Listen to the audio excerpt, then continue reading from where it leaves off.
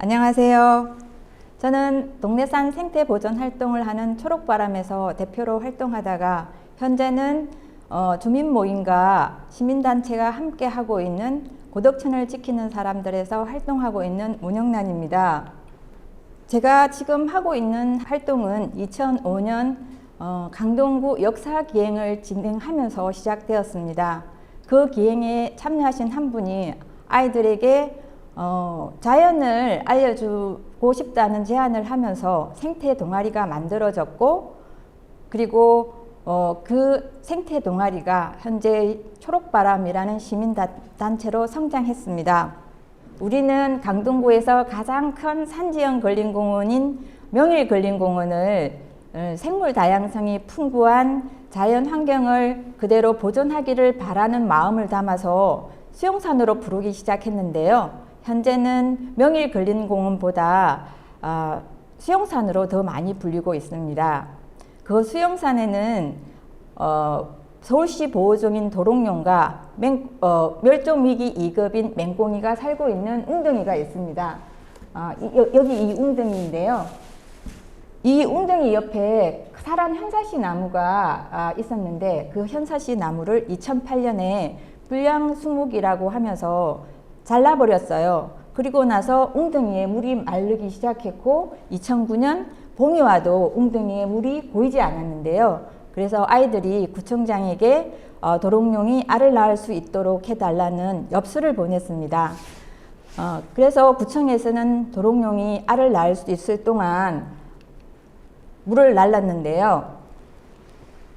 그런 과정을 겪으면서 우리는 수용산의 모든 생물들을 사진에 담아야 되겠다는 생각을 했습니다.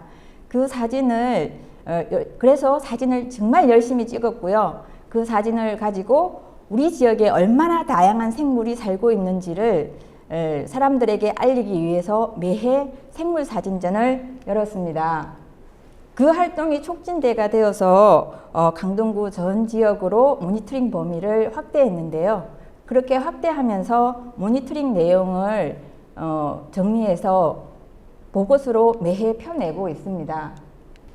그런 우리의 활동들이 지역에 널리 알려져서 사람들은 생물에 대해서 궁금하거나 또 우리가 조사하고 있는 생물들을 보게 되면 연락을 주시는데요.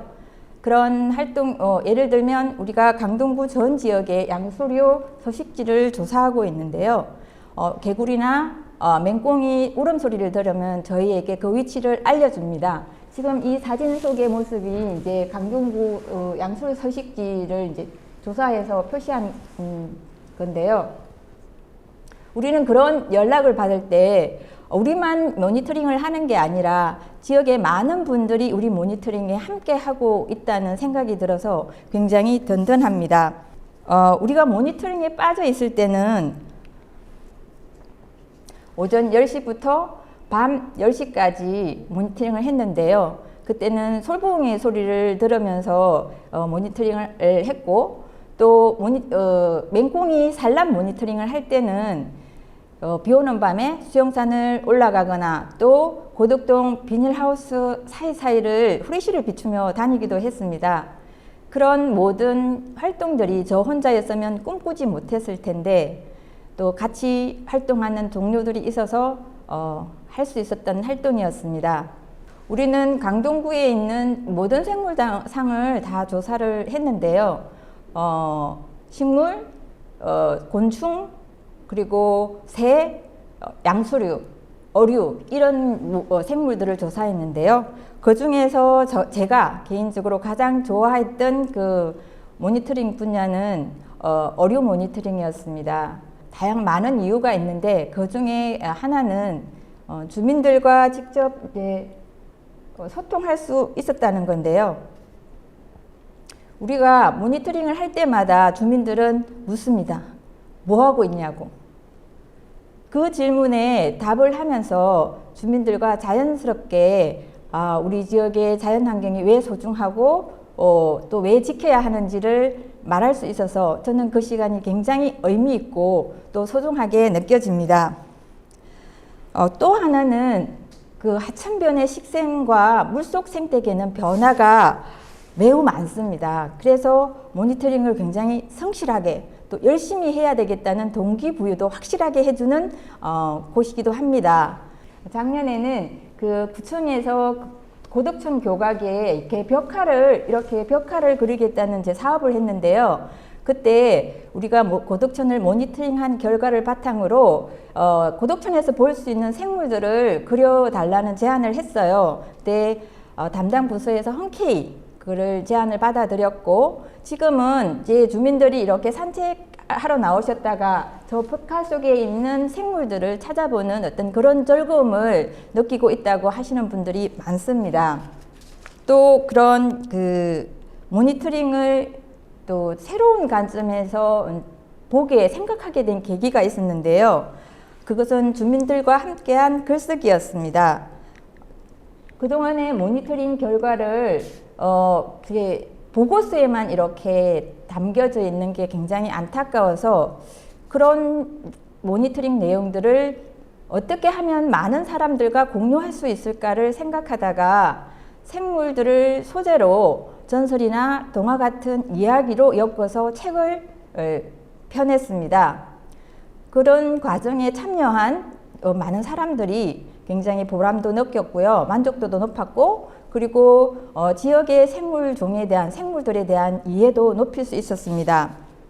우리가 지난 10년간 쉬지 않고 모니터링을 한 이유는 동네 산의 생태 보존을 위해서였는데, 우리의 그런 노력이 사실 산지형 근린공원에 어떤 그 시설물이 들어오거나 또 그런 경관에 어울리지 않는 수종을 식재하는 것을 막지는 못했어요.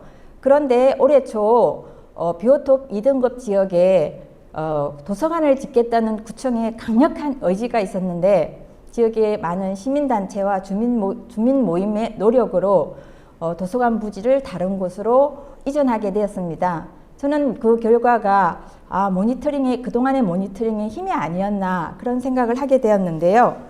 그리고 그런 모니터링의 힘을 이렇게 경험하면서 우리가 10년간 쉬지 않고 모니터링을 한 이유는 동네산의 생태 보존을 위해서였는데, 실제 그 노력이 그 산지형 근린공원 내에 어떤 시설물이 들어오거나 경관에 어울리지 않는 그런 수종을 식재하는 것을 막지는 못했습니다. 그런데 올해 초 비오톱 2등급 지역에 도서관을 짓겠다는 구청의 강력한 의지가 있었는데, 지역의 시민단체와 많은 주민 모임이 노력을 해서 도서관 부지를 다른 곳으로 이전한다는 연락을 받았을 때는 모니터링의 힘을 느낄 수 있었는데요.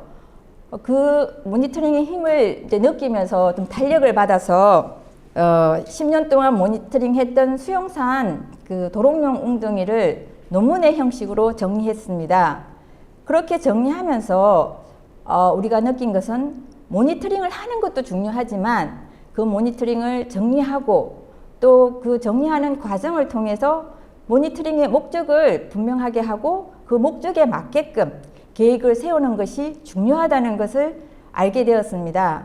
그래서 그 경험을 바탕으로 내년에는 올해 변화가 많았던 고덕천의 모니터링 방식에 변화를 주려고 합니다. 그리고 또 모니터링 방식과 이런 기록하는 방식을 서투르지만 좀 더 다양하게 해서 조금만 관심이 있어도 참여할 수 있는 그런 방식을 생각해보고 적용해 보려고 합니다. 저는 그동안 제가 했던 모니터링 활동이 시민과학이라고 생각해 본 적은 없지만 시민과학이 활성화되었으면 좋겠다는 바람은 강하게 가지고 있습니다. 왜냐하면 시민과 모든 분야도 마찬가지겠지만 시민과학이라는 분야는 많은 사람들이 함께 했을 때 더 의미 있는 결과물을 만들어낼 수 있고 그 결과물이 자연 환경을 보존할 수 있는 힘이 있다고 생각하기 때문입니다. 또 무엇보다도 그 과정에 전문가와 시민과 시민이 함께 했을 때 더 그 가치가 빛나는 분야이기도 한 것 같습니다. 그리고 그 과정에는 즐거움과 보람도 있어야 되고 그 보람 속에는 그 결과물을 인정받는 것도 반드시 포함되어야 된다고 생각합니다. 제가 모니터링을 시작한 것은 동래산의 생태 보존을 위해서였고 그것도 생태 보존을 위한 활동이고 싶습니다. 그리고 제가 했던 이런 모니터링 경험을 많은 사람들과 나눌 수 있었으면 좋겠고 또 그 나눔을 통해서 많이 배워서 지치지 않고 그 과정을 배우고 싶습니다. 네, 감사합니다.